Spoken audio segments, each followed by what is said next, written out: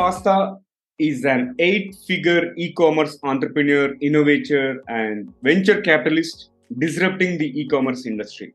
After an initial career in health tech, Will went on to work for tech startups, building out sales strategy and marketing teams. While invested in the e-commerce industry, he found that most of the companies out there at that time were not set up for long-term success and saw a gap in the industry of a model that was there which could have been executed better along with his partner. Knew they could improve this model and leading them to create Ascend Ecom, an e-commerce automation agency and investment management company, the only company in the industry capable of mixing up logistics, wholesale distribution, and e-commerce growth all into one.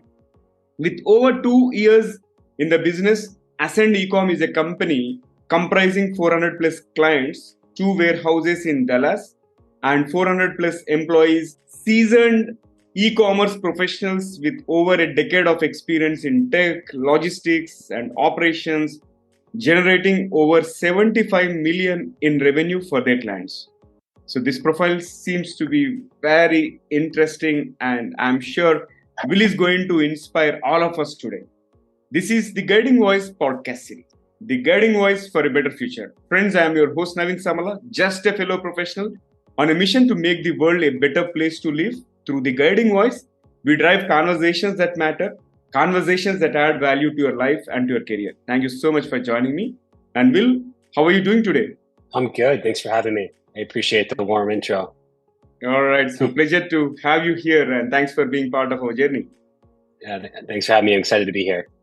Will, can you briefly share your career journey in terms of highlighting certain milestones in your career which led to creating your own company and establishing this venture? Yeah, absolutely. As you alluded to earlier, I started my career in the tech industry. I was working for a lot of companies that were, I would say, under 50 employees, on the smaller side, which draws a lot of parallels to entrepreneurialism in the fact that you're going to run into curveballs left and right. You're going to have one role, but wear 1,000 hats at once.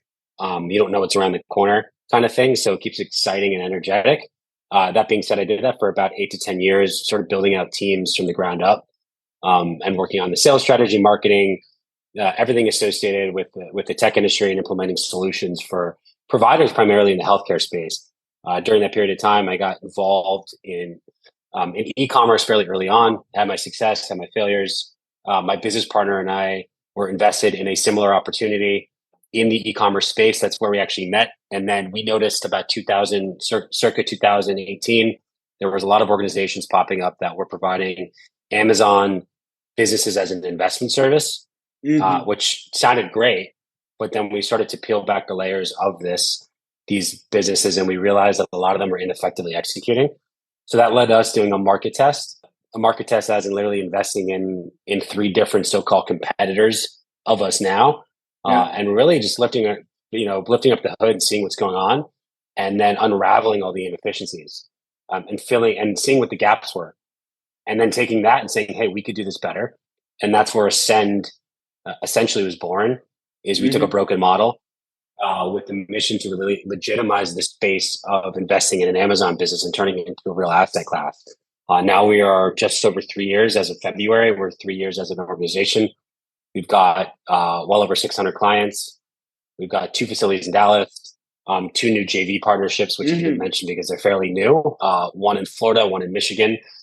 We have direct to manufacturer relationships, and we essentially build out wholesale businesses that appreciate in value for a large exit for investors, and also generate passive income. At the same time, it's a performance-based partnership. And so we're there to essentially build out the business, and then we're incentivized to grow to the degree of high success as much as we can with the client's capital, because we share in those net profits. So it's a true partnership in that sense. But that's where we're at today. And then on the side, we have a business partner and I have a real estate portfolio in Southern California in Venice. And we're invested in a lot of different other opportunities globally. So that's sort of where we stand today. Yeah, that's the high level. That's quite inspirational. Like you started as a techie and then started your own e-com business and Yeah, also into real estate venture, right? So, yeah. all right, yeah. So I'm also curious to understand what are the top three things that have attributed to your success so far. Like, what is your success mantra? That's a tough question because I could probably answer it different each week. Mm-hmm. Slightly different, like a different version of each one. I think what we're really good at is making gut decisions. We act quick. It's a sort of a similar thing. Let's say it's a strategic partner that you're looking at that you want to, that might help out the business. If we feel like it's right, we're not going to sit on that decision for months Yeah. until we know it's 100% needed. We'll just pull the trigger and implement it.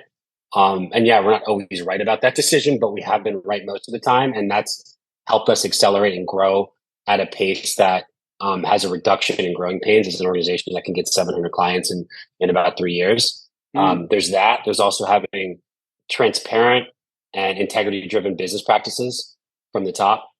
I think that as we've pioneered that in this industry, which is something that any company should have, but believe it or not every company does have it. And so that has led to a lot of organic growth within our organization. And then on top of that, it's innovating, and that's a very widely used term. But having a mindset that is proactive and always looking about what is going to come and making qualitative and quantitative assumptions based on what the market's going to look like and where we should position our businesses for that we manage for our clients, so they're going to be ahead of the pack when it comes down to Amazon's global expansion and or consumer trends changing. You sort of name it. Mm. But I'd say those are the three big attributes that are part of the success that's driven via Ascend. Mm. Awesome. So quick decisions and then transparency plus integrity driven business process and innovation. I like the Yeah, point in terms of understanding what is going to come, right? So it's more yeah, about envisioning and seeing the unseen, right? That is where most of yeah, the successful entrepreneurs make their mark. yep, yep, Yeah. absolutely. All right. So now, please share with our audience the toughest lessons that you have learned in the entrepreneurial journey. I don't want to. I don't think it's a tough lesson, Mm-hmm. but I think it's an important lesson of which people hear about it a lot, but they don't fully believe it until they experience it, which is the mantra of how failure is a form of education, which it truly is. And when you hit really big failures, you have to leverage that for parallel or just different opportunities down the line and grab the knowledge from that and because a lot of it can be applicable in a different sense, right? So we take every kind of failure that we have, and even if it's not completely related to something down the line, what you learn from those the failure or yours that you've had, you take that and you use that as fuel in other business opportunities and other situations you're in to either mitigate the risk of more failure in other situations or improve upon success that you've currently had. So I think that's pretty important. Mm-hmm. Great. Thanks for sharing that. And let's move ahead, Will. So one other point which I would like you to cover is how to inculcate this business mindset as such. Because if you are working for someone, right, we are bound Yeah, to get carried away with the day-to-day responsibilities, and we don't yeah, get the sense of ownership of in terms of okay, how do I understand the business? How do true. I do the business? Yeah. Yeah, the business mindset.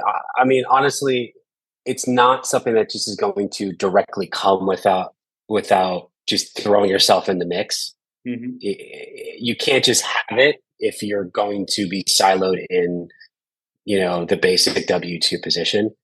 You have to go out there and fail and see where success might be, whether or not you've achieved it or not. It's really just throwing yourself in the jungle with no resources and pushing through, and that organically will develop and compound into a mindset that is more entrepreneurial. Because an entrepreneurial road is, I forgot who says this. Might be Ed Milet who says this. I think he quoted something around this where it was pretty much talking about how the entrepreneurial road is dark. There's a lot of potholes. There's twists and turns and a lot of uphill shit, and it's not easy. It's dimly lit, right? And then you work a W-2 position, and the one that's majority of people are on, and that's a well lit path. You know exactly what you're going to get, and that's fine for some, but it's also not exciting, right? So with most risk comes more reward, right? Yeah. And so to get that mindset, you need to make the left turn and go into that direction, into that dark, dim lit direction. And even if it's just a small piece at a time, that's going to sort of build upon your character to be able to push through and have that kind of mindset that you're looking to achieve. Hmm. Excellent. And moving ahead, Bill, how do I identify opportunities and ups and downs in the way to succeed? Within Amazon, you're saying? Yeah. Yeah, Yeah, within Amazon and any opportunity you take, right? For example, Amazon yeah, is something which is supporting many small businesses. Let's pick that as an example. yeah. It's data driven, right? At the Mm, end of the day, it's data driven, and then and on top of that is how low your logistics behind product sourcing, how much of an impact on your margin is that going to be? And then where are you sourcing your products in terms of the data could say one thing, but you might have a direct source to a manufacturer, so that I can make the data that you have not exactly that accurate because it's going based off what it can be sourced from a public distributor that anyone can actually source it from, right? And so at the end of the day, it is a mix of pulling seasonal data, predictive data, historical data that our clients have done when it comes down to products, search trends, what's trending, knowing what brands automatically will sell no matter what you can source it at, essentially what the working capital is, how much volume you can purchase, which is going to reduce your actual cost. What are the costs of supply chain beforehand? We do everything internal for our clients. And so we're not outsourcing our supply chain. So we keep our costs down, which means margins are high for clients. And so when we source products and we're looking at the data, we have a wider net we can cast for products just because the way that we're logistically set up. Opportunity to sell products at a higher margin is more available for our clients because how the infrastructure is. So like John Doe, who's not part of Ascend, who has an Amazon store, and Jane Doe, who's part of Ascend, they both could find the paper towels at a X amount per unit, right? But Jane Doe will not make a margin if she buys those just because she's using a third party warehouse and she's getting it from a supplier of which pretty much that product went through two suppliers before it got to that supplier. And so the product price is just more expensive and it just doesn't really line up. Where John Doe, on the other hand, is with Ascend and he gets it directly from the manufacturer, that same mhm. product. Therefore, there's less hands in the pot. Therefore, the margins are higher. And then it's going through our supply chain, which the costs are wrapped in and reduced because we share in the profit. So we would never gouge our clients on the supply chain. And he can sell it at a 25% margin. While Jane gets away with a 3% margin.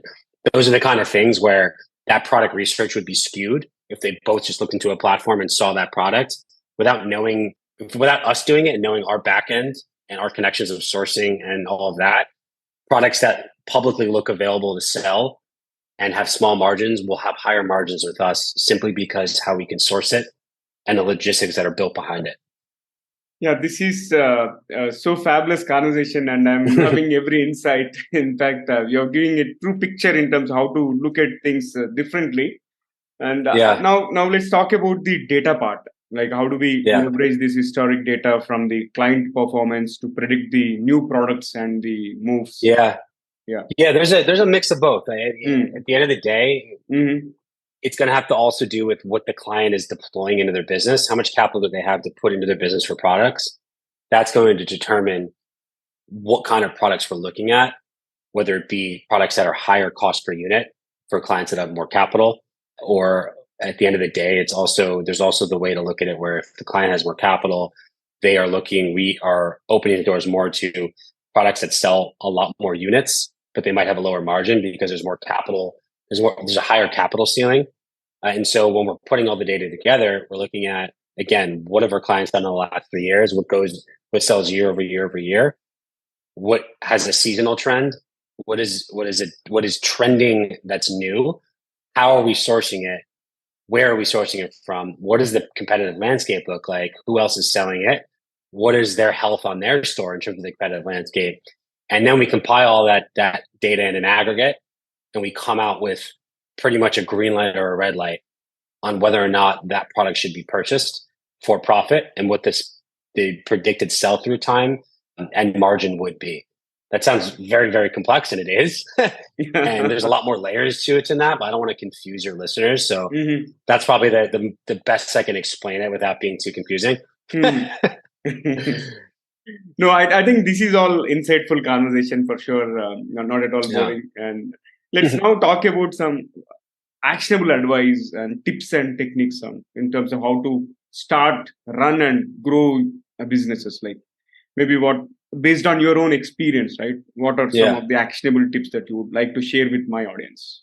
Yeah. So if you're looking in the digital business space, most of our clients are already financially comfortable.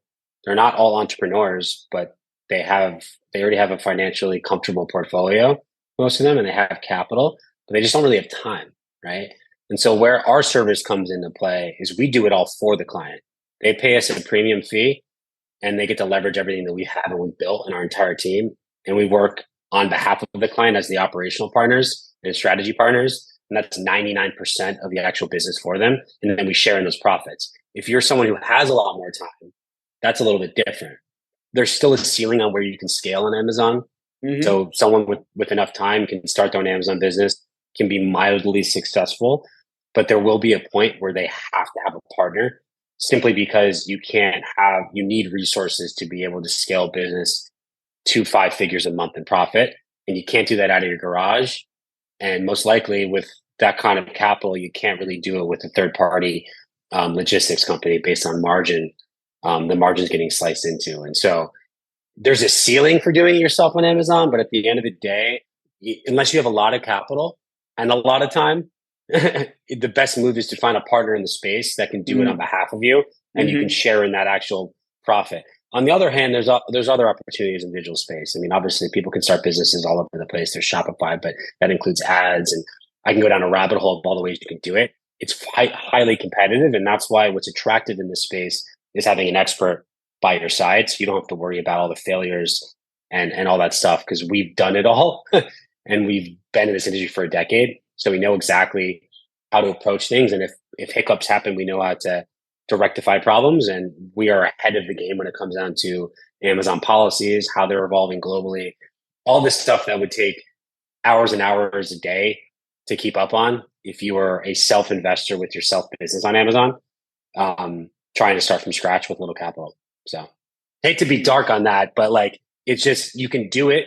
But if you want to have a business that generates 6 figures a year in profit or 7 figures in revenue, you need a partner or you need a lot of money. Yeah. It's one or the other. All right. So great conversation so far. So Will, let's add some spice to the episode. I'm going to kick off a quick rapid fire round with your consent. Go for it. All right. Let's get into it. And given a chance, would you prefer invisibility or mind reading? Visibility. Okay. What would you do after? I don't know, but mind reading, I'd go crazy if I was able to read minds. I don't want to read minds. All right. Fair enough. And if you were a superhero, what would you do first? If I was a superhero, I would end world hunger and provide clean water to everyone. Wow. Such a noble thought. Wonderful. And I wish you become a superhero one day. Can you describe yourself in just one word? Ambitious. Ambitious. Wonderful. And what is something you could eat for a week straight? Ooh. Oh, that's a good one.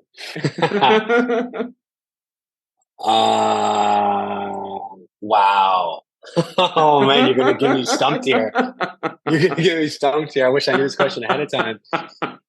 I'm gonna have to tough one, but I'm gonna have to say the Coppa sandwich from a restaurant up the street here from our office. Okay, it's an Italian sandwich that's like very, very fresh and clean with arugula, and like it's a good lunch sandwich, and it just comes with like, it's just very clean and refreshing. And I think I could repeatedly eat it. Yeah, it's got like, I come from Italian roots, so it's got like your salami and etc. But it's also got all these vegetables on it and grilled eggplant, and it hits everything. Yeah. So now you have an option. Yeah, there you go. All right, let's move ahead. And what's your favorite childhood memory? Playing hide and seek in an apple orchard across from my house Mm. with my friends, and also sneaking my first marijuana joint when I was like 14. Sorry, you probably take that out of the podcast. Sorry. Okay. No comment, huh? All right. Come on, Naveen. You asked for it. Yeah. I don't mind. I think unfiltered. This will go unfiltered. Yeah, fair. I love it. Right. Got to get some laughs out of the audience. All right. So last one for the rapid fire, and this is one question which is common to every guest because I tend to check the curiosity level of my guests, and it gives an opportunity in terms of understanding their thought process. What is one electronic gadget or the fantasy gadget that you would like to see or invent yourself?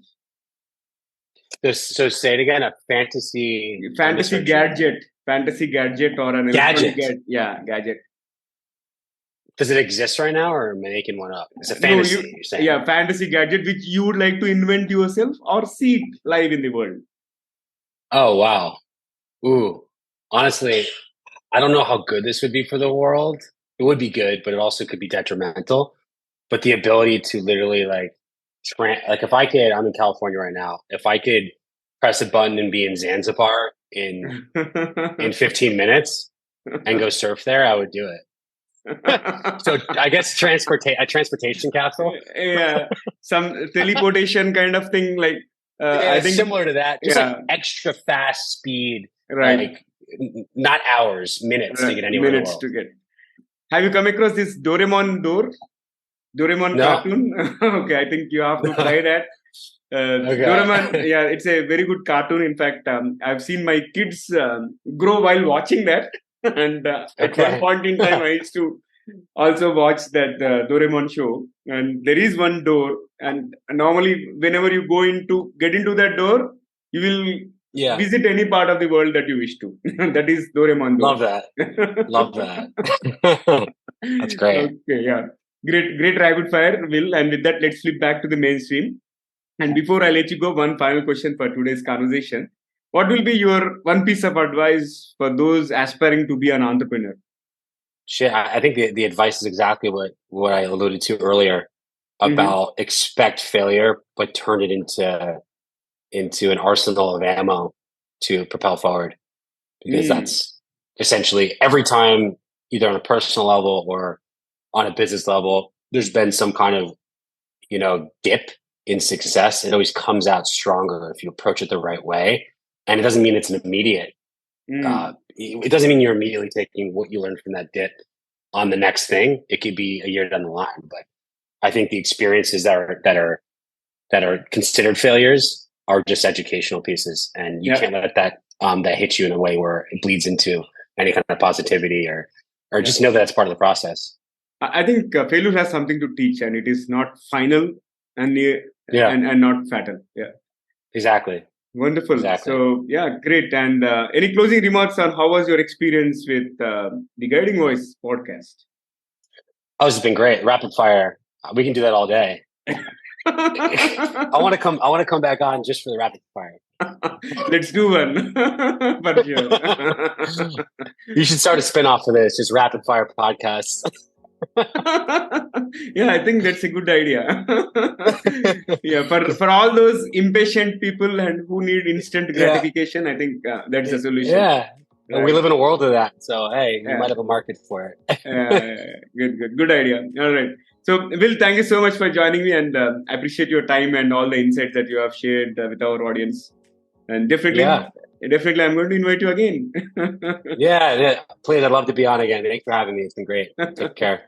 All right. Thank you. So, friends, that was our episode with Will. And before we move into the trivia section, here is a request to you. In case if you haven't subscribed to us, please subscribe from the app, wherever you have tuned in from. Also, if you have loved this episode and found the conversation useful, request you to share with at least 3 of your friends or colleagues who can benefit from the Guiding Voice. Thank you so much in advance. Now, let's talk about today's trivia. Today's trivia is about e-commerce because I was inspired by Will's insights about how they are partnering with Amazon and all other e-commerce businesses in terms of supporting some smaller businesses, and they have started their own venture. I thought I would talk about e-commerce. So let us talk about some cool stats that will give an overview of the e-commerce industry in general. It is estimated that 95% of the purchases will be made online by 2040, which is like 17 years from now. And the e-commerce industry is growing 23% year over year. And more than one third of American small businesses do not have a website as of today. But in future, every business will have its own web presence. So that's all from the trivia perspective. But folks, in case if you have any entrepreneur who can inspire our audience, please tag them on social media wherever you found this episode. That's all for today. Thank you so much for joining me. And do not forget to share your topic recommendations through social media or email me at theguidingvoiceforyou@gmail.com. I'm your host, Naveen Samala, just a fellow professional and a passionate learner on a mission to make a difference in the lives of millions across the globe, because I want to make the world a better place to live. Until next time, bye-bye. See you all in the next episode with another amazing guest.